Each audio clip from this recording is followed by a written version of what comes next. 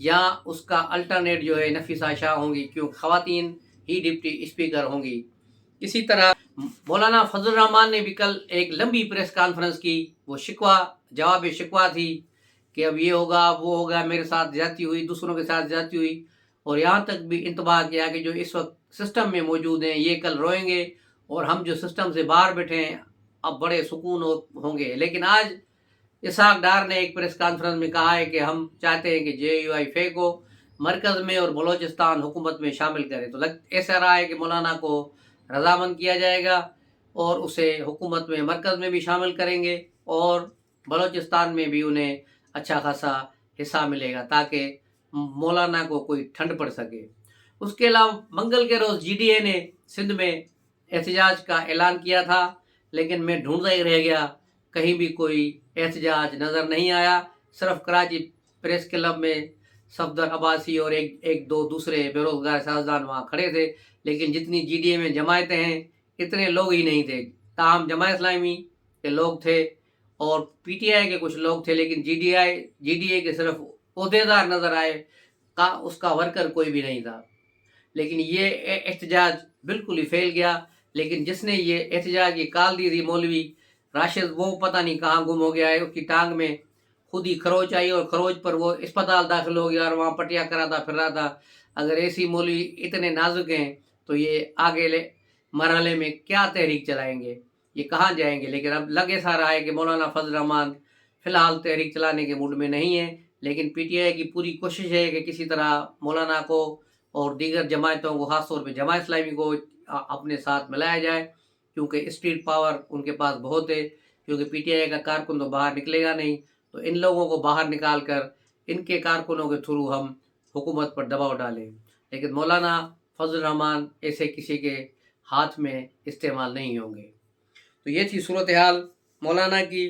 دوسری طرف صدر علوی کو جو سمری واپس کی تھی، اس کو سمری دوبارہ بھیجی گئی تھی، اور یہ دوبارہ سمری بھیجی گئی ہے، لیکن ابھی تک تاحال صدر نے اس پر کوئی جواب نہیں دیا کہ یہ سمری وہ منظور کرتے ہیں یا نہیں۔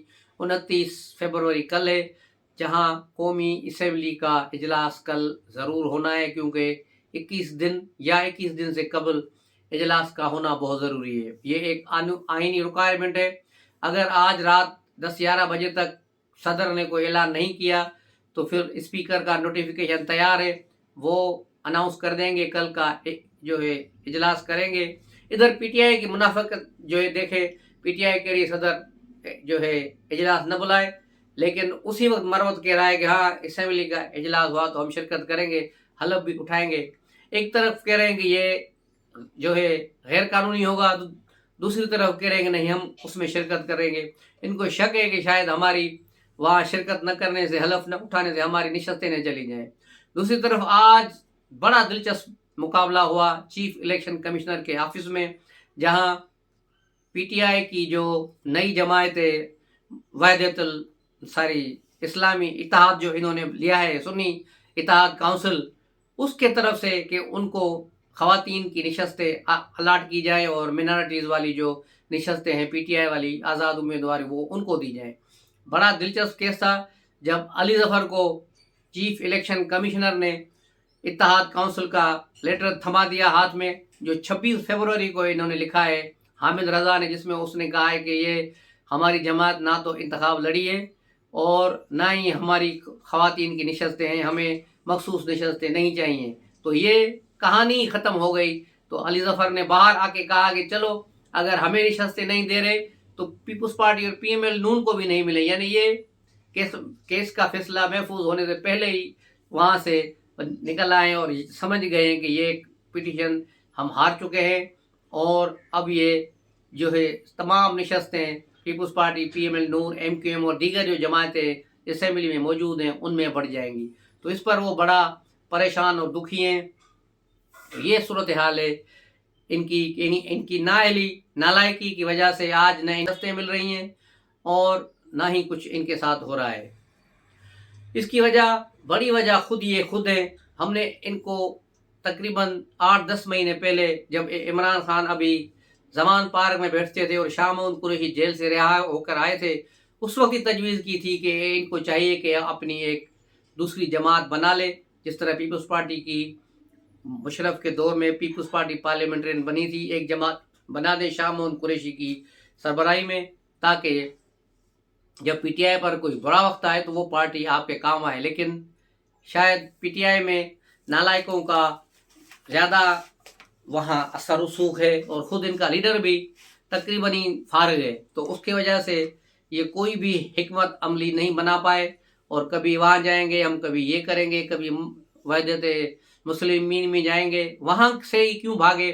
ان کو وہاں سے امریکہ سے پریشر پڑا، امریکن جو ان کے حامی ہیں انہوں نے بتایا کہ یہاں امریکہ میں غصے کی لہر دوڑ گئی ہے کہ پی ٹی آئی وحدت مجلس مسلمین میں جاری ہے، جس کو ایران فنڈنگ کرتا ہے، اور یہ ایرانی فنڈنگ کی جماعت میں شامل ہو کر کیا کرنا چاہتے ہیں، جس کے بعد ہی پھر عمران خان نے ایک اور کلا بازی ماری، اور پھر اسلامی کونسل میں چلے گئے، اتحاد کونسل میں جا کے وہاں چھپ گئے حامد رضا کے پیچھے، لیکن لگ نہیں رہا کہ ان کو کوئی وہاں بھی کوئی فائدہ پڑے گا۔ اور یہ نشستیں اب اسٹیبلشمنٹ کی، یہ جماعتیں جو ہے کونسل، حامد رضا بھی اسٹیبلشمنٹ کا آدمی ہے، اب یہ ان کو گھمائے گا۔ اب عمران خان کو پتہ چلے گا، جب اس کی پارٹی بھی چلی گئی، اس کے اراکین بھی چلے جائیں گے، اور سب کچھ اس کے ہاتھ سے نکل جائے گا۔ کے پی میں آج کے پی اسمبلی کا بھی اجلاس ہوا، جہاں بڑا شور شرابہ ہوا۔ پی ایم ایل نون کی ایک خاتون رکن گھڑی لے کر ہال میں پہنچ گئی، جس پر ان پر اوپر سے گیلریوں سے جوتے بھی پھینکے گئے اور لوٹے بھی پھینکے گئے، لیکن پھر بھی وہ ڈٹی رہی اپنے محاذ پر، اور انہوں نے اس گھڑی کو وہاں لگایا۔ اب ٹویٹر اکاؤنٹ بند پڑا ہے، نہیں تو میں وہ آپ کو اس کی ویڈیو بھی شیئر کرتا۔ ایم کیو ایم کی حالت پتلی ہوتی جا رہی ہے۔ آج یک کے بعد دیگرے اس کی 2 آڈیو اور ویڈیو لیکس ہو گئی۔ ایک آڈیو ویڈیو مصطفیٰ کمال کی تھی، جس میں وہ رو رہا تھا، جو ہم نے صورتحال آپ کو بتائی تھی کہ ایم کیو ایم کے ساتھ وہی ہو رہی ہے جو دھوبی کے اس کے ساتھ ہوتی ہے۔